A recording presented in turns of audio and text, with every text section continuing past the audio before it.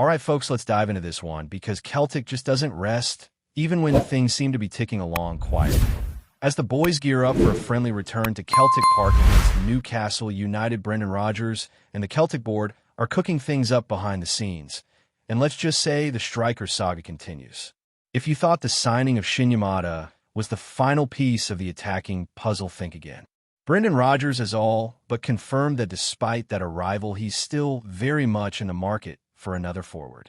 And just a day after he made those comments following the preseason clash with Sporting Lisbon, boom, we've got news of a major bid being rejected. A proper statement of intent. The club isn't just window shopping. They're making moves, and serious ones at that. Now let's get into the meat of the matter. The name causing all the buzz right now is Luis Munteanu, a young, hungry striker from Romania who's been catching eyes all over Europe, and it seems Celtic are one of those clubs who fancy him as a serious option to lead the line. Reports from Romanian media dropped late last night, saying Celtic submitted a formal offer of €8 million to Cluj, the club where Munteanu's been tearing it up. That's a substantial bid, especially for a player outside the top 5 leagues. But here's the twist: Cluj weren't impressed. They knocked it back without hesitation, making it crystal clear that their valuation of the striker is miles above what Celtic put on the table. And it's not just a wee gap between what's offered and what's expected. It's massive. Word is the Cluj owner slapped an €18 million price tag on Munteanu's head. That's right, 18 million. For a Romanian striker, who, to be fair, has had a phenomenal season, but that kind of price is proper Champions League knockout round money. Still, it speaks volumes about how highly the club rates him and how much they believe they can cash in. You might look at it and say it's mad money, but if we're honest, isn't this what we do too? When big clubs come sniffing around our talent, we don't let them go for pennies. We hold out for 20 or 25 million, sometimes more. So why shouldn't Cluj do the same? Let's be real, Munteanu has earned the hype. Since joining Cluj last season, he's bagged 26 goals in 43 matches. That's not a flash in the pan. That's consistency. And when you consider his previous form with Viitorul, 25 goals and 11 assists over 80-odd games, you can see the lad's been building towards something special. He's not some random name plucked from obscurity.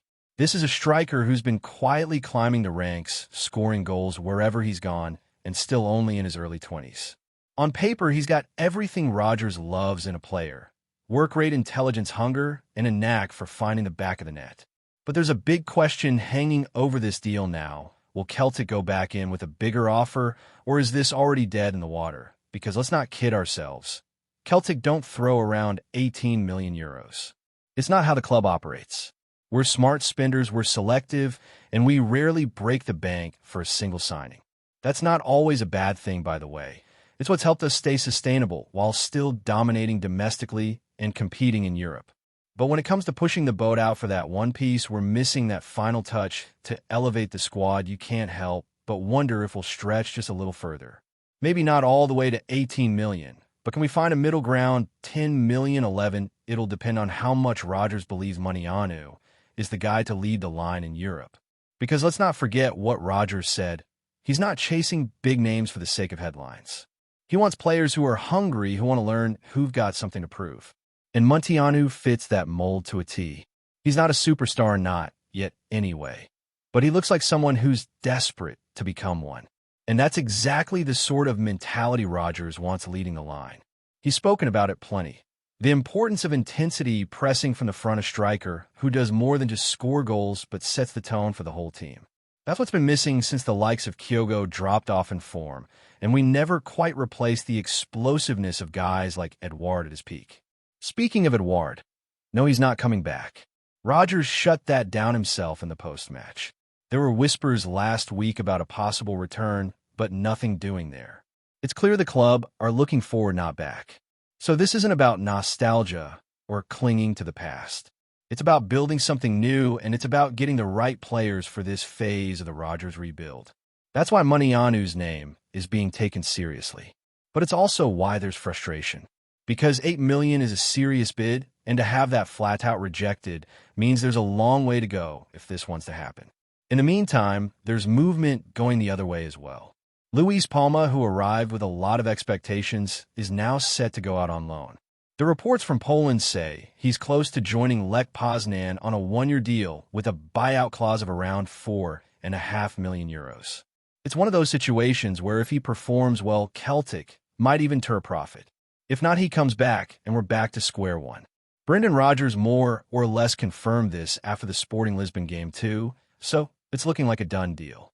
And to be honest, it feels like the right move. It just never really clicked for him at Parkhead. Sometimes it happens, and it's best for both parties to move on.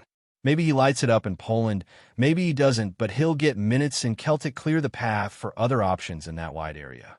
And there could be more exits on the horizon.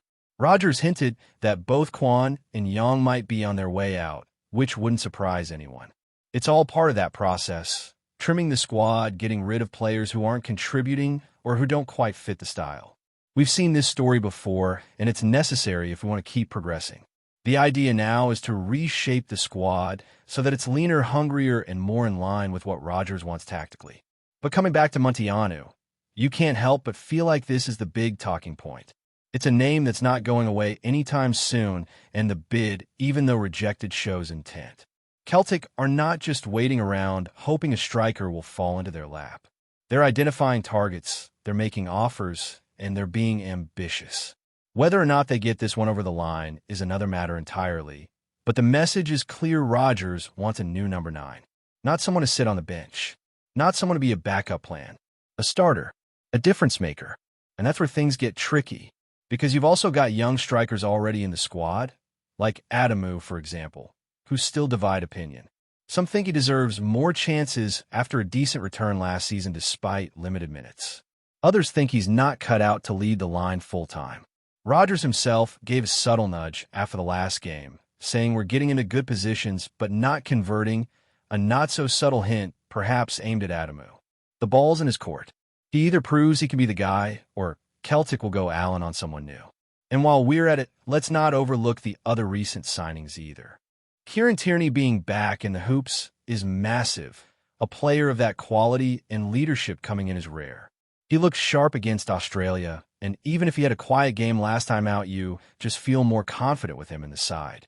That's the kind of experience you want in Champions League qualifiers, and Rodgers knows it. The likes of Benjamin Ross-Dewin and even the young projects like Hayato and Osmond, they're all part of this blended strategy. Some will play now, some are here for the future. That's fine, as long as the spine of the team is strong and ready for battle. Now will we see Munteanu in a Celtic shirt before the window closes? Time will tell. The player surely wants the move. Champions League football, the Celtic Park crowd a chance to test himself at a higher level. But unless Cluj soften their stance, it's going to take serious negotiation. 10 million maybe, 11 possibly, but 18, that's a tough ask even for a player with that goal return. And here's the key thing: Celtic can't afford to waste time. The Champions League qualifiers are just around the corner. Rodgers wants his squad settled. If Munteanu's not coming, we need to pivot, find the next name, and move fast. There's no room for dithering. The margins in Europe are razor thin, and the earlier we have our main striker in place, the better our chances of hitting the ground running. With all eyes now on whether Celtic will return to the table with an improved offer for Lewis Munteanu, the bigger question that lingers is not just about one player.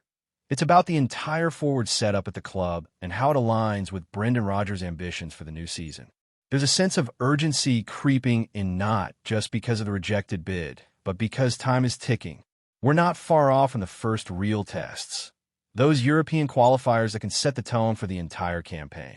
And the last thing Rodgers will want is to head into those massive nights with questions still unanswered about who's leading the line. That's why there's so much weight being placed on getting the striker situation sorted now. Because as promising as guys like Adamu or Osman might be, they're still unproven in the context that matters most. High-stakes European fixtures under the lights at Celtic Park, where every touch is under scrutiny and every missed chance can cost you millions. The board knows this. Rodgers definitely knows this. And so, when he says he wants players with hunger, ambition, and the ability to step in right away, he's not speaking in riddles.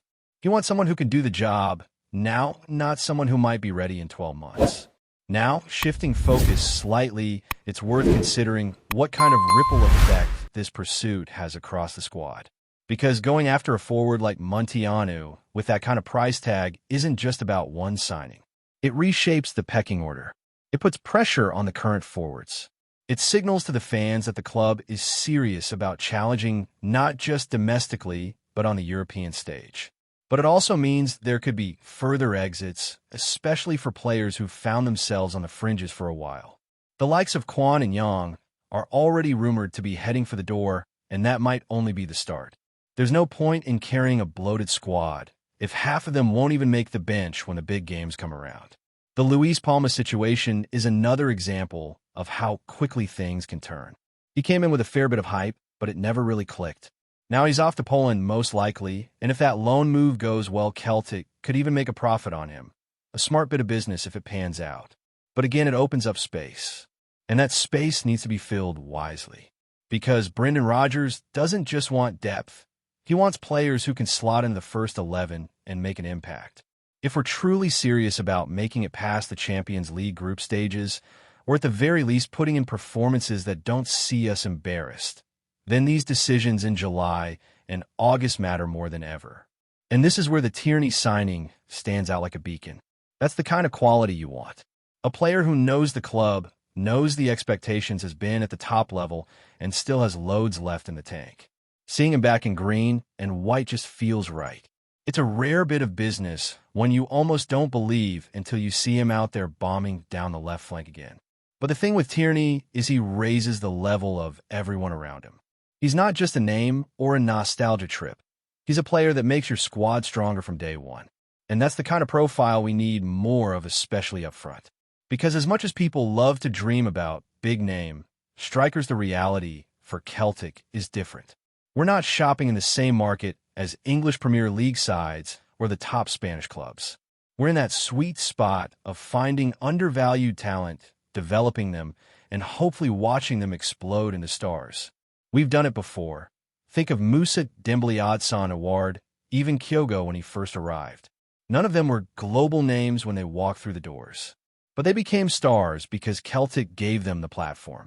So maybe Munteanu doesn't come. Maybe we don't go back with a higher bid. But the principle remains. This is the type of striker Celtic are after. Young, talented, hungry, and ready to make the jump.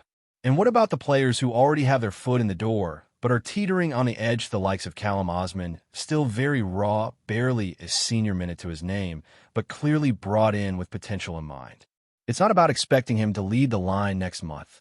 Far from it. But it does raise the issue of balance. How many of these projects can a squad realistically carry while also expecting to compete at the highest level? Because for every Tierney or McGregor who slots in and delivers week in, week out, there's always the risk of leaning too heavily on players still figuring things out. And if Rodgers feels the striker department is too green, too inexperienced, he won't hesitate to push for another option. He said as much. He's not in this job to experiment. He wants results, and he wants them now. Even Hayato, who came in with plenty of skepticism, has started to win over some of the early critics with solid displays and friendlies. But still, that's preseason.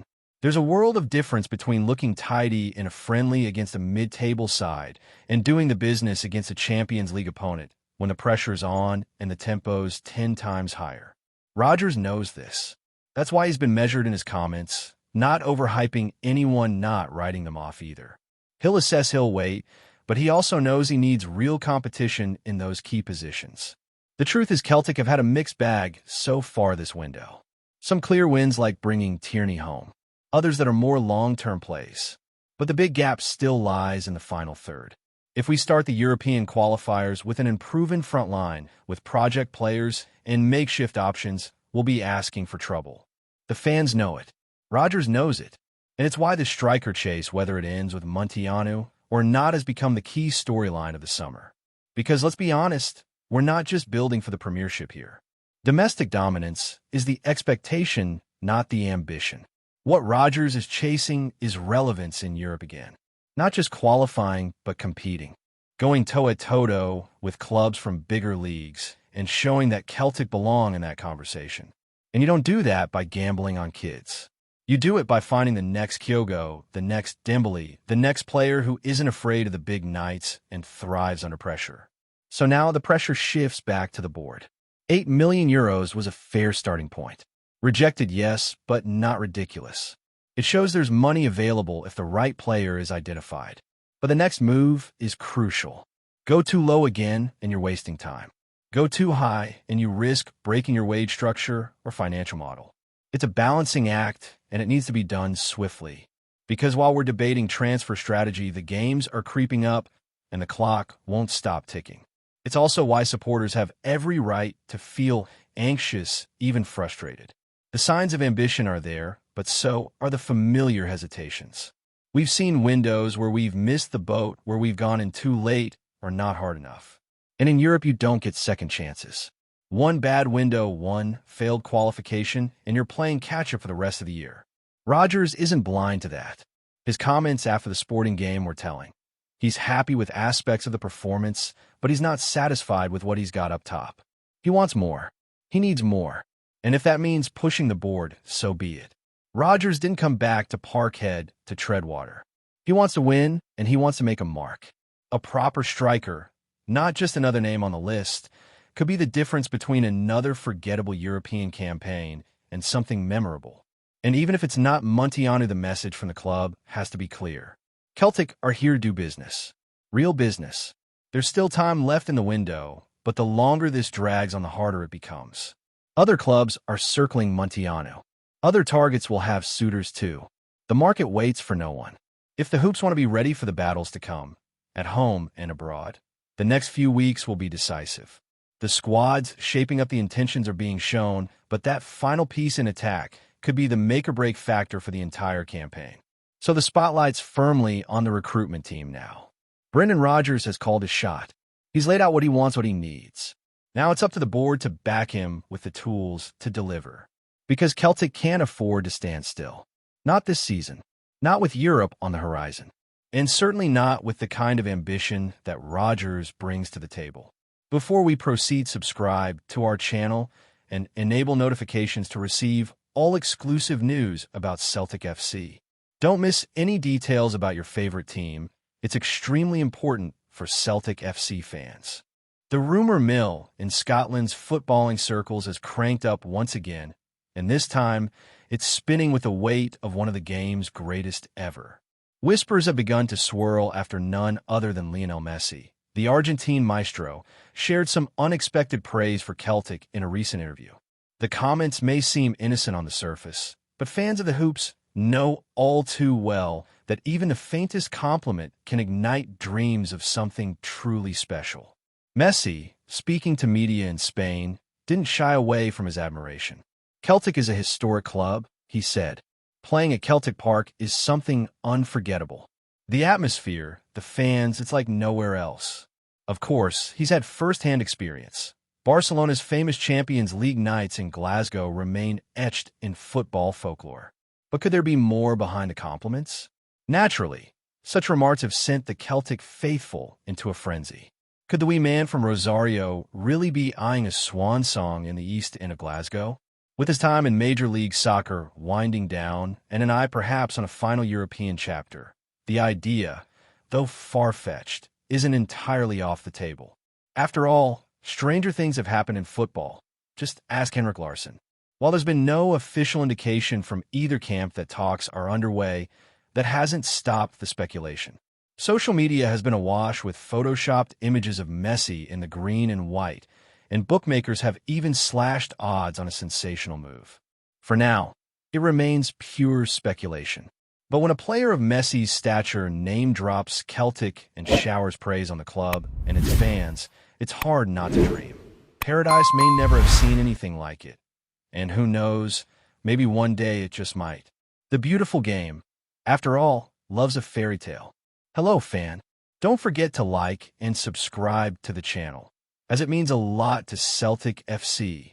Also, share your opinion about the news in the comments below. See you in the next video.